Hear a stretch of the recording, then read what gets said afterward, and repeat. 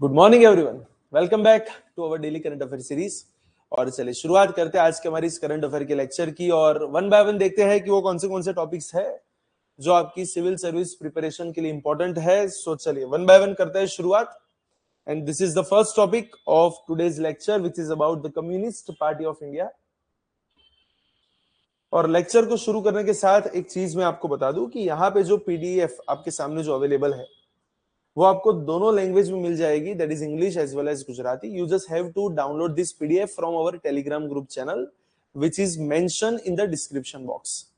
आप उस चैनल पे जाइए और वहां से आप इस पीडीएफ को डाउनलोड कर सकते हैं, जो कि आपको दोनों लैंग्वेज में अवेलेबल मिलेगी, ताकि वो सारे के सारे एस्पिरेंट्स जो गुजराती मीडियम में भी अगर प्रिपरेशन कर रहे हैं तो उनके लिए भी ये वाली पीडीएफ जो है वो बहुत ही काम की है, जहां पे आपको प्रीलिम्स और मेंस दोनों के कंटेक्स्ट में पूरा डेटा मिल जाएगा। तो आपको अलग से कोई भी डेटा गैदर करने की वहां पे जरूरत नहीं आएगी। तो चलिए शुरुआत करते हैं the first topic which is about Communist party of India. और क्या है अभी रिसेंटली न्यूज के अंदर, तो उसके बारे में कुछ जानते हैं। So what is in the news कि कम्युनिस्ट पार्टी ऑफ इंडिया ने अभी रिसेंटली 100 साल किए हैं complete and marking a century of organised communist parties in all over the India.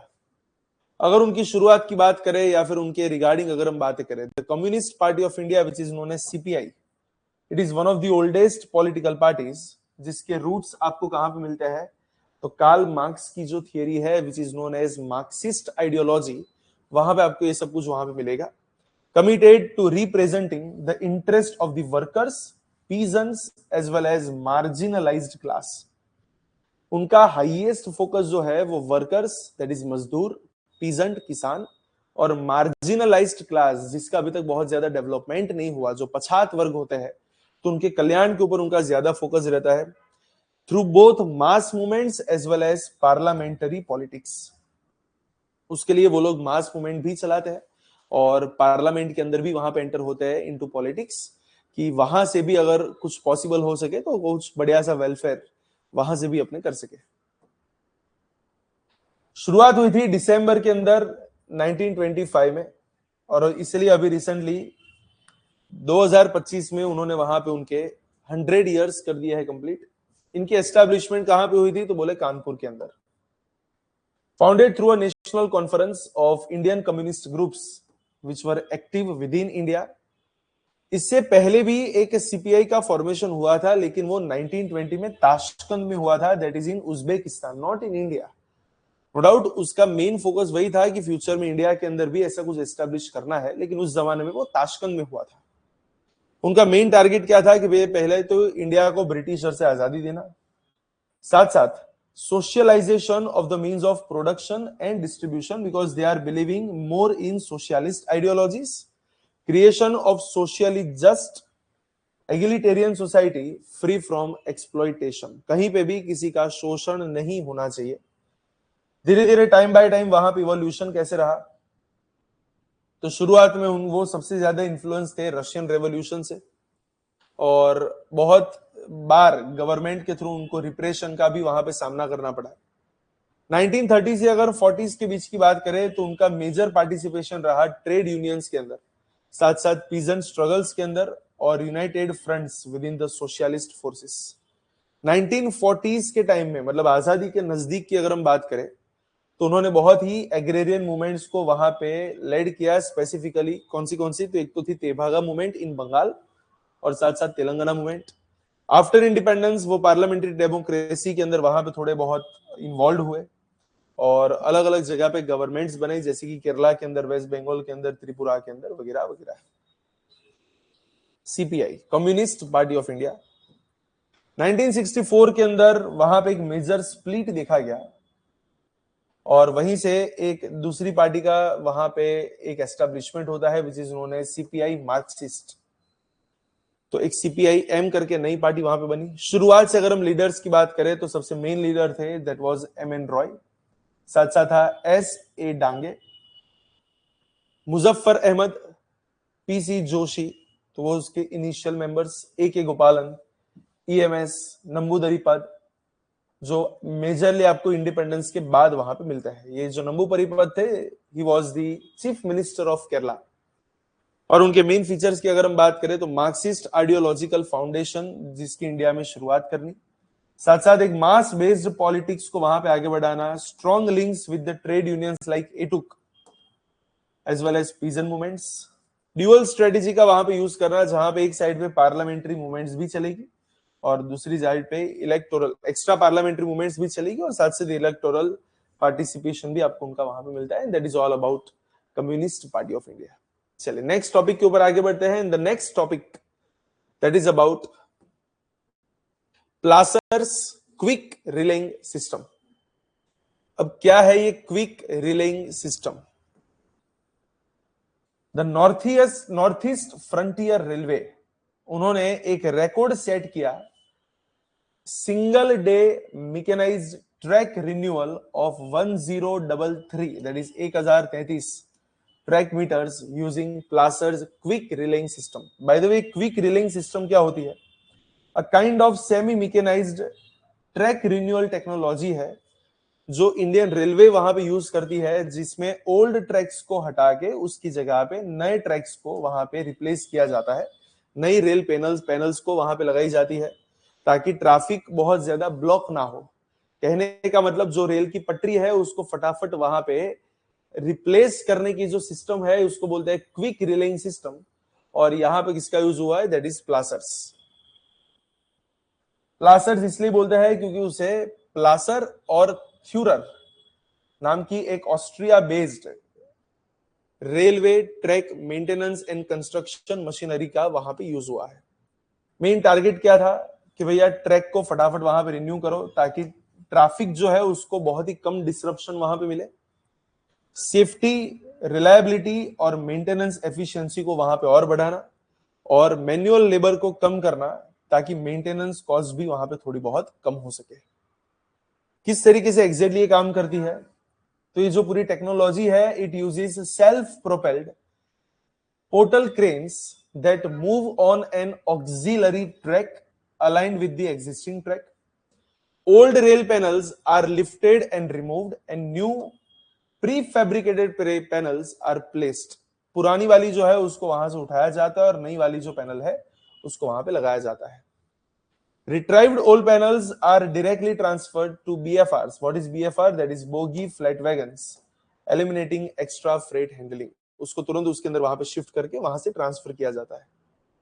Overall देखा जाए तो यहाँ पे self loading self unloading system है, उसके लिए वहां पे क्रेन्स अवेलेबल है which are capable of lifting complete rail panels, पूरी रेल पैनल को वहां से उठा सकते हैं।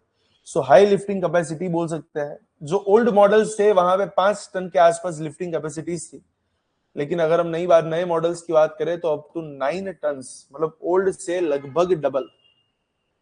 इंटीग्रेटेड ग्रिपिंग सिस्टम, यहाँ पे इसका मतलब क्या है? That sleeper grippers and rail clamps securely hold panels during the lifting as well as placement. और साथ साथ देखा जाए तो एक पूरा कॉम्पैक्ट और मॉड्यूलर डिजाइन वहां पे है विच रिड्यूसेस द मेंटेनेंस कॉस्ट, और वो ऑपरेशनल फ्लेक्सिबिलिटी को और वहां पे बढ़ाता है। And that is all about this technology which is known as PQRS, Plasser's quick relaying system. The next topic, it is about regional level pollution response exercise, which is known as RPREX, Regional Level Pollution Response Exercise 2025। और क्या है ये exercise और किसने वहां पे इसको conduct किया था? तो it was conducted by Indian coast guard. Regional level pollution response exercise कहां पे हुई? तो बोले मुंबई के आसपास, जहां पे मेजरली फोकस किसके ऊपर था? To test the preparedness against major oil spills incidents. Oil spill के इंसिडेंट्स को वहां पे उसके खिलाफ हम कितने प्रिपेयर है उसको चेक करने के लिए वाले ट्रायल्स वहां पे हुई, वाली एक्सरसाइज वहां पे हुई। एक large scale maritime pollution response exercise है जो किसके लिए ली गई थी? To simulate as well as manage oil spill emergencies in the sea in accordance with India's National Oil Spill Disaster Contingency Plan. In short, oil spills की जो घटनाएं होती है उसको मैनेज करना और उसको फटाफट वहां पे दूर करना, ताकि और कोई मान हानि वहां पे, जान हानि वहां पे ना हो। तो उसके लिए ये वाली एक्सरसाइज वहां पे की गई, जिसका नाम था RPREX 2025। मुंबई कोस्ट के आसपास हुई बाय इंडियन कोस्ट गार्ड, जहां पे कौन से उनके एम क्या थे? एक ऑयल स्पिल्स के सामने एक Swift, coordinated and effective response वहां पे इंश्योर करना, साथ साथ इंटर एजेंसी कोऑर्डिनेशन कितना है, इक्विपमेंट्स कितने रेडी है, कम्युनिकेशन कितना रेडी है, तो उन सबको वहां पे टेस्ट करना। और हमारा जो ये प्लान है, national oil spill disaster contingency plan, उसको वैलिडेट करना। उसके मेन फीचर्स में क्या था? So scenario involved a tanker fishing boat collision causing crude oil spillage in the Arabian sea. एक ऐसा वहां पे सिनेरियो बनाया गया जहां पे टैंकर फिशिंग बोट का हुआ collision, and because of that crude oil जो है वो सी के अंदर वहां पे पूरा पूरा वहां पे स्प्रेड हो गया। अब उस सिचुएशन में क्या किया जाएगा? The first phase 1 planning conference, technical lectures and table top exercise, and phase 2 full scale live sea exercise testing the ships, skimmers as well as containment gear. वहां पे पॉल्यूशन कंट्रोल वेसल का use किया जाएगा with skimming and containment equipments. साथ साथ port authorities, oil companies, coastal police और state agency, इन सबको वहां पे इंटीग्रेट किया गया। मैंग्रोव को प्रोटेक्ट करने के ऊपर फोकस किया गया, कोस्टल लिवलीहुड सिक्योरिटी के ऊपर फोकस किया गया, साथ साथ पोर्ट कंटिजेंसी प्लान्स वगैरह को वहां पे टेस्ट किए गए। उसका मेन सिग्निफिकेंस क्या है? तो जितने भी ऑयल स्पिल्स वगैरह होते हैं, उन्हें कोस्ट लाइन और मैंग्रोव से के नजदीक पहुंचने से वहां पे बचाना। That is prevents the oil spills from reaching the sensitive coast lines as well as mangroves. और साथ साथ हमारी जो large scale marine pollution disaster के सामने जो हमारी प्रिपेयर्डनेस है, उसको वहां पे और बढ़ाना। फिशरीज, पोर्ट्स और कोस्टल लाइवलीहुड को वहां पे प्रोटेक्ट करना। That is all about this exercise which is known as RPREX 2025। चले next topic which is about Indian pharmacopoeia commission. लेकिन उसके पे ऊपर जाने से पहले मैं आपको बता दूं, PD Gurukul, that is the best institute in Gujarat for civil service preparation, उसकी तीनों ब्रांच पे अहमदाबाद, गांधीनगर एंड वडोदरा नई बैचेस की होने वाली है शुरुआत, न्यू बैचेस आफ्टर उत्तरायण। सो अभी तक अगर आपने एनरोलमेंट नहीं करवाया है तो नीचे आपको डिस्क्रिप्शन बॉक्स मिलेगा, वहां पे आप जा सकते हैं, वहां पे आप एनरोल करवा सकते हैं। उसके अंदर आपको एक फॉर्म मिलेगा, you just have to fill up that form, और you can also contact on this number to get the further information. आप इस नंबर के ऊपर वहां पे कांटेक्ट कर सकते हैं। ये जो बैचेस यहाँ पे जो नई शुरू होने वाली है पीडी गुरुकुल के अंदर, वो स्पेसिफिकली हायर ऑफिशियल एग्जाम्स पे फोकस करती है, which is about UPSC and GPSC class 1-2 examination, जहां पे आपको गुजराती मीडियम, इंग्लिश मीडियम और हिंदी मीडियम में स्टडी या फिर प्रिपरेशन वहां पे आपको अवेलेबल की जाएगी। ऑनलाइन प्लस ऑफलाइन दोनों एक्सेस आपके पास रहेंगे, ऑनलाइन प्लस ऑफलाइन। और साथ साथ आपकी prelims plus mains plus interview की पूरी प्रिपरेशन एक साथ वहां पे कॉम्प्रिहेंसिव तरीके से वहां पे की जाएगी। तो एटलीस्ट एक बार वहां पे डेमो लेक्चर्स को अटेंड करें, because right now you are having 3 free demo sessions. तो 3 फ्री डेमो सेशंस आपके पास है, plus up to 50% scholarship is there.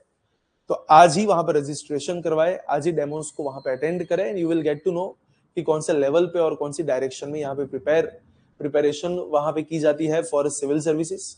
1-to-1 mentorship किस तरीके से यहाँ पे प्रोवाइड की जाती है, मटेरियल्स कैसे पढ़ेंगे, क्योंकि मार्केट के अंदर सब लोग आपको ये तो बताते हैं कि आपको पढ़ना क्या है, बट बहुत ही कम लोग ये बताते हैं कि पढ़ना कैसे है। PD Gurukul is one of the institute जो आपको एक प्रॉपर गाइडेंस वहां पे प्रोवाइड करेगी।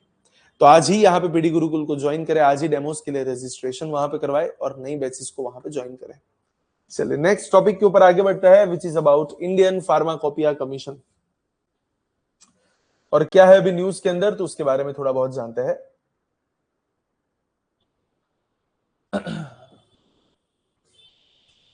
तो रिसेंटली हमारे हेल्थ मिनिस्टर ने इंडियन फार्माकोपिया कमीशन जो है उसके ऊपर प्रोग्रेस का एक वहां पे रिव्यू किया और साथ साथ अनाउंस किया है। इंडियन फार्माकोपिया 2026 जो है वो जनवरी के अंदर ही वहां पे लॉन्च होगा, विच इज द 10th, उसका 10th वाला addition.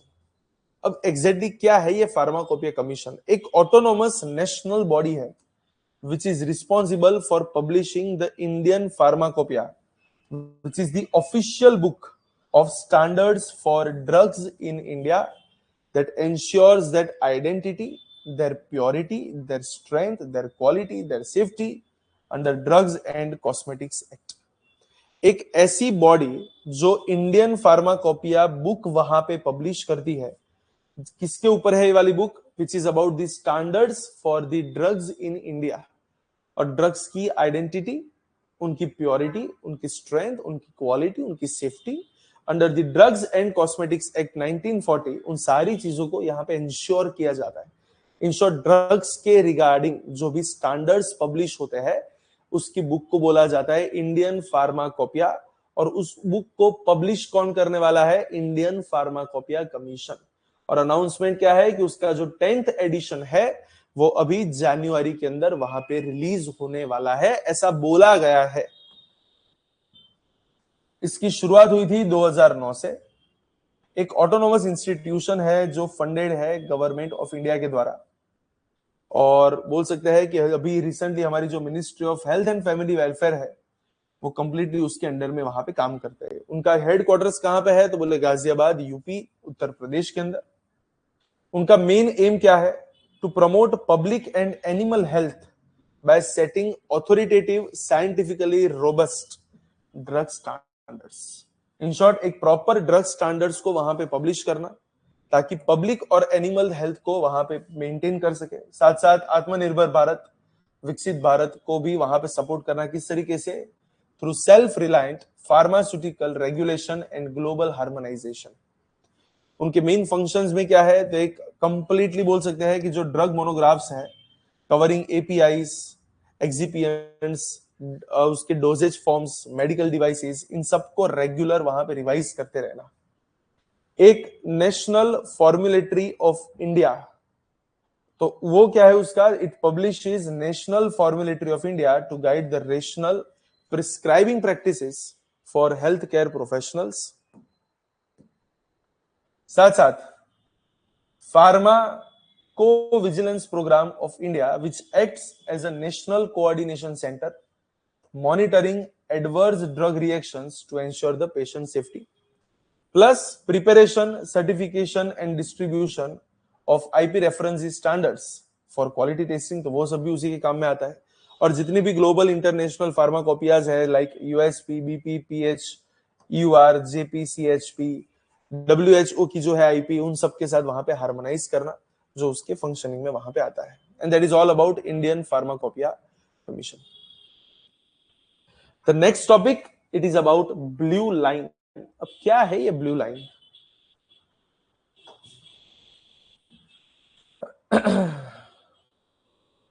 UN IFIL peacekeeper was injured by gunfire near the blue line of southern Lebanon,